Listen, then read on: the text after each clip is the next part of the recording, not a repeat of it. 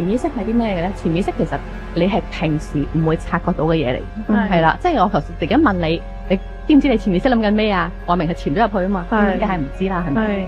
咁但係如果係啦，你個夢就係 sorry，你嘅夢境唔 sorry，你嘅潛意識佢其實有啲嘢係想提醒你，係啦，可能例如你嘅壓力已經係大到頂唔順啦，係啦嘅時候。